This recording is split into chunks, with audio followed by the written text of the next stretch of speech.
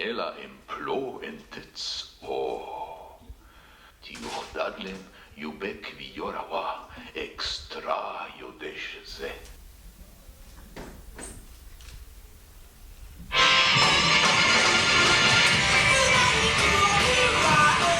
Bat-Sheva has reason to celebrate. This year, the internationally acclaimed Israeli dance company turns 50.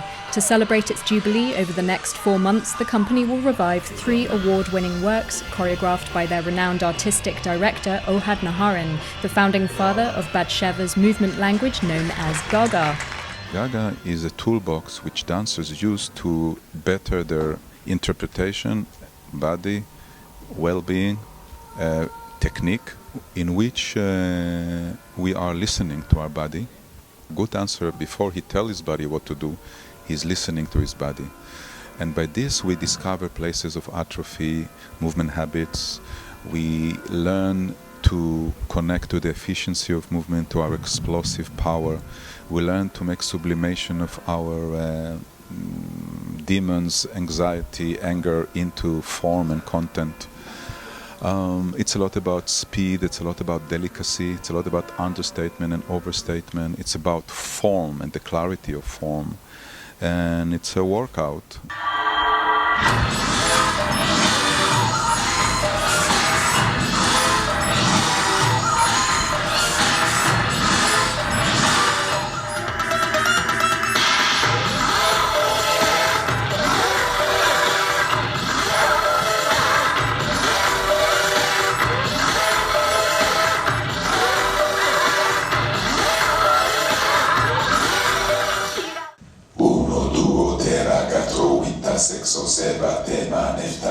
I don't think there is such a thing as typically Israeli dance or even typically Israeli anything. So I don't generalize things like this, not about dance and not about Israel.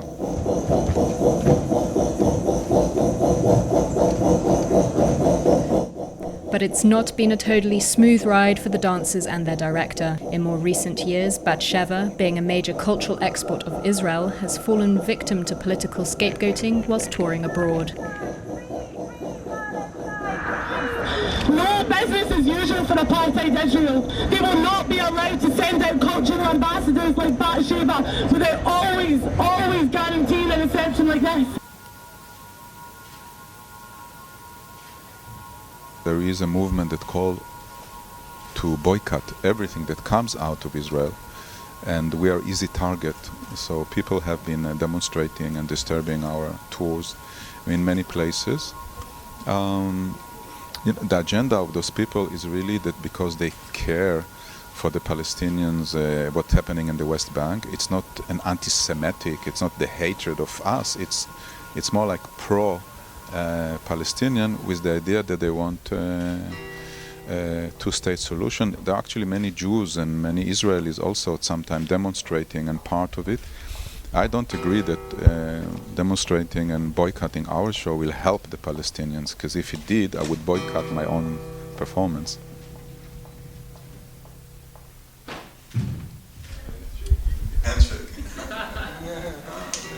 We don't have mirrors in our studios, and when we go to other studios and where other companies do my work, we always cover the mirrors.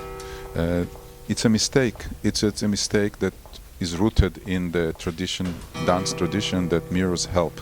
But it's wrong. It's not an opinion, it's a fact that mirrors are bad for dancing. You need to be able to dance sensing, being aware of the other people in your room, being aware of the space and the distance of things, and you cannot do it if you look at yourself in the mirror. Hopefully more and more dancers will realizing that this is a mistake, and they are taking the mirrors off the wall of the dance studios. For me, to dance, it doesn't mean to perform. It doesn't mean to be on stage. It doesn't mean to be with a lot of people. You can dance alone. Also, it doesn't mean that you need music, because you can be groovy without. So dancing is something that has to do with our the creatures, the animal, the power of imaginations, our passion, and it all can all be done by everybody. So everybody can and should actually dance every day.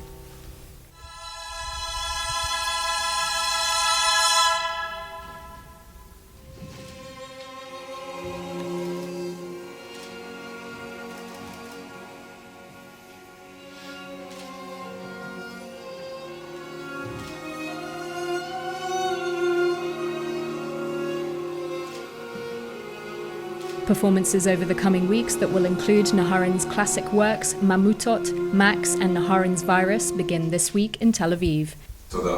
This is Camilla Schick reporting for Jerusalem Post News.